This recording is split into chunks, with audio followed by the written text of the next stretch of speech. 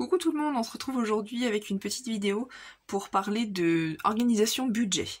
Je vais vous présenter les deux outils avec quoi je vais pouvoir établir mon budget du mois d'avril.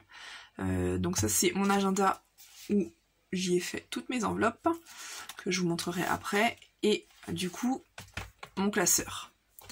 On va commencer par le classeur. Donc voilà, ça s'organise comme ça.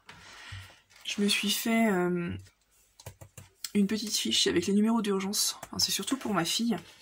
Voilà, elle a 8 ans maintenant. Elle sait bien lire. Si jamais il arrive quoi que ce soit et qu'elle a besoin d'appeler, les numéros sont répertoriés. J'ai noté notre adresse et nos numéros de téléphone. Donc je me suis fait un petit organiseur sympa. Voilà. Avec des couleurs que j'aime bien. C'est toujours agréable de faire ses papiers, son budget avec des choses jolies. Donc un premier item qui s'appelle mon budget, où j'y ai mis mes objectifs. Donc comme je vais utiliser le système des enveloppes au mois d'avril, enfin là j'ai commencé mais enfin voilà, j'ai pas eu mon salaire complet puisque j'avais été en arrêt, donc le mois d'avril je vais avoir mon salaire complet, mon mari aussi, donc je commence assidûment au mois d'avril. Donc on a noté, on a fait le point un petit peu sur les objectifs qu'on avait. Ici j'ai préparé, donc pour bien préparer le mois d'avril, donc nos dépenses fixes, qu'on va noter nos revenus. Il y a plusieurs cases puisqu'il y a une case pour mon mari et moi je suis assistante maternelle et j'ai donc 3 contrats. Et la synthèse, du coup voilà, le total de nos revenus, moins nos dépenses fixes, moins les courses, le gasoil et compagnie. Ici, je vais y noter les choses importantes à payer et à ne pas oublier. Par exemple, la cantine, le périscolaire, des choses comme ça. Donc là, j'en ai fait une pour le mois d'avril et j'en ai fait une autre pour le mois de mai. Je me suis fait aussi un petit tableau de dépenses. Comme ça, on sait tout, je sais où j'en suis exactement, ce que j'ai dépensé, combien, si c'est... voilà, où ça en est. Je me suis fait une petite pyramide.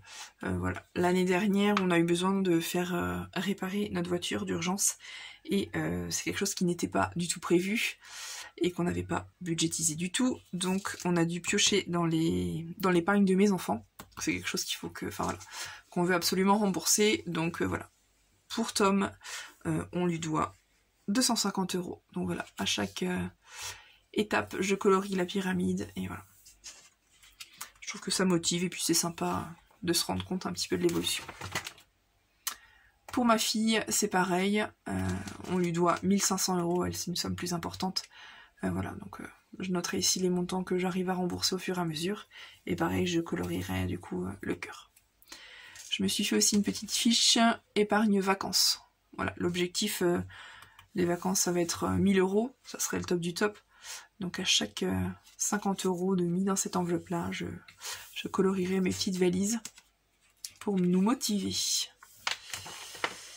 Je me suis fait également du coup un budget vacances, où là du coup c'est un petit peu plus précis, où j'y note la destination, le départ, l'arrivée, la durée du séjour, quelques informations sur par exemple, je sais pas moi, l'adresse du camping, de l'hôtel, de l'endroit où vous allez en vacances. Et voilà, j'ai essayé de détailler donc activité jour 1. Vous pouvez même noter du coup les repas par exemple, essayer de budgétiser un petit peu chaque jour pour pouvoir faire le point, voilà, pour pouvoir prévoir quoi. Et donc j'ai fait ça sur 7 jours, avec une place ici pour noter les différentes choses. Je me suis fait un petit item aussi repas, où je me suis rappelé du coup... fait un petit rappel sur les fruits et légumes de saison. Je trouve ça toujours bien quand on fait les menus, du coup de voir un petit peu, d'acheter des choses de saison, c'est toujours mieux. Donc j'ai fait janvier, février, mars, avril et mai. Du coup il faut que je continue pour le reste. Je me suis fait une petite fiche inventaire, voilà, pour voir un petit peu où j'en suis au niveau de ce qui me reste dans mes placards avant de faire des courses. Voilà, c'est toujours bien de savoir qu'il nous reste toujours du sucre, pas moi de la farine, plutôt que d'en racheter. Et au niveau des plannings des repas, donc voilà, prévoir le déjeuner, le goûter et le dîner. Alors moi c'est ces deux parties-là qui sont les plus importantes, puisque voilà, comme je travaille à la maison, que je garde des enfants, il faut vraiment que ces 2 repas soient vraiment planifiés. Je peux pas dire, voilà, les laisser le hasard. J'ai besoin absolument de m'organiser. Ici je me suis fait une liste de courses, je sais pas si vous allez bien voir, ou voilà, vous pouvez noter par exemple le surgelé, le frais, l'épicerie, puis par exemple le produit d'hygiène et d'entretien. Je me suis fait aussi un item maison, où je vais y noter les anniversaires. C'est pareil, c'est bien de pouvoir anticiper, et puis du coup vous n'oubliez pas les anniversaires de vos proches. Du coup tout est noté, et voilà, c'est pareil, quand je fais mon budget du mois, je regarde un petit peu à ce niveau-là. Et du coup c'est tout pour ce classeur-là. De l'autre côté, il y a des bons de réduction. C'est tout. Je vais continuer, il n'est pas fini, hein. Je vais continuer avec mon annuaire où je vais noter voilà les différents numéros de professionnels, enfin voilà, le médecin, l'orthophoniste, le dentiste, le garagiste, des choses comme ça. J'ai aussi envie de faire une petite fiche suivi entretien de voiture. Également peut-être organisation, anniversaire, Noël, Halloween. J'ai envie de me faire aussi un petit tableau avec par exemple mot de passe et identifiant. Voilà, ça va vraiment être un classeur organisation, que ce soit budget, course, maison. Voilà, j'ai vraiment envie de décharger ma charge mentale, on va dire ça comme ça, et que voilà, tout soit là et que tout soit à peu près organisé. Donc voilà pour cette partie-là. Et donc, ensuite, je vais pousser ça là. Donc, ensuite, je vous montre mon petit classeur d'enveloppe. Donc, que j'ai commandé sur Amazon, hein, il doit être à 18 €, à peine 18 € il me semble. Donc voilà, voilà. Donc dedans, il y a déjà de l'argent. Il y a déjà de l'argent. Cet argent-là, il provient de ventes que j'ai fait au mois de février et au mois de mars. Voilà, donc c'est de l'argent que d'habitude on aurait clairement dépensé. Mais voilà, en voyant toutes ces enveloppes, et c'est vrai que ça motive énormément. Donc, c'est parti. Donc, une enveloppe alimentation. Là-dedans, il me reste 65 €, il me semble. Donc, ça sera mon budget courses pour la fin du mois. Sachant que là, mes courses sont faites, voilà, j'ai de quoi tenir déjà jusque samedi. Mais au niveau de la semaine prochaine, il me reste 65 € si j'ai besoin de quelque chose.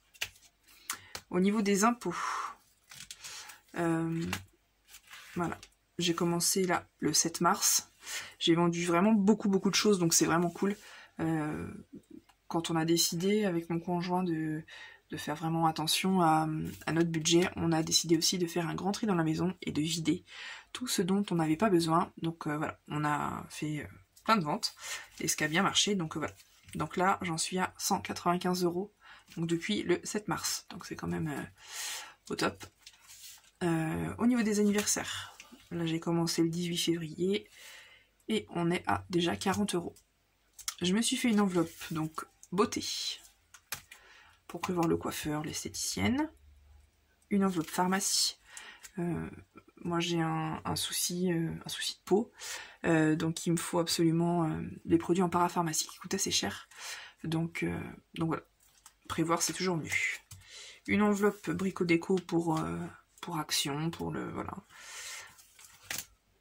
Cartouche d'encre. Alors ça c'est pareil, on est toujours pris au dépourvu. C'est quelque chose qui coûte quand même assez cher. Donc voilà, si je peux prévoir et mettre de côté, c'est toujours bien aussi. Une enveloppe vêtements enfants. Une enveloppe shopping, ça c'est pour du coup les vêtements pour mon mari et pour moi. Une enveloppe vétérinaire pour notre Mimi. C'est pareil, à chaque fois on est pris au dépourvu quand il y a des frais. Donc là j'ai vraiment envie de mettre au moins 200 € de côté. Voilà, pour que s'il arrive quelque chose ou si on a besoin de l'emmener, on est déjà l'enveloppe prête. Au niveau de la voiture, c'est pareil. Au niveau des vacances, donc de Noël, une enveloppe électroménager, c'est pareil. Si, je sais pas moi, il y a le frigo, la machine à laver qui craque, hop, on a déjà anticipé. Alimentation de secours, j'ai envie d'avoir aussi au moins un mois d'avance. Voilà, de côté. On sait jamais ce qui peut arriver. Hein. Sécurité au niveau du prêt, c'est pareil. Au moins avoir une mensualité d'avance, enfin de côté. Voilà. Même si je pense que certaines banques doivent pouvoir faire des pauses dans les prêts, c'est toujours bien. Si on peut éviter de faire ça, c'est toujours mieux. Au niveau des travaux du plafond, voilà, on a des travaux à faire dans la maison, donc c'est pareil, c'est une assez grosse enveloppe, donc si on peut mettre de côté petit à petit, c'est bien.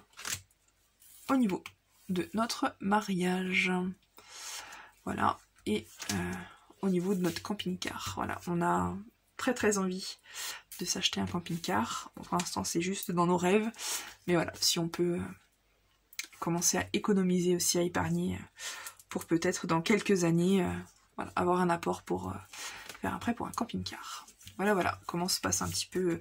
Donc là, j'ai acheté donc 2 classeurs, j'en ai un gris comme ça, et un rose. Mais celui-là est vide, hein.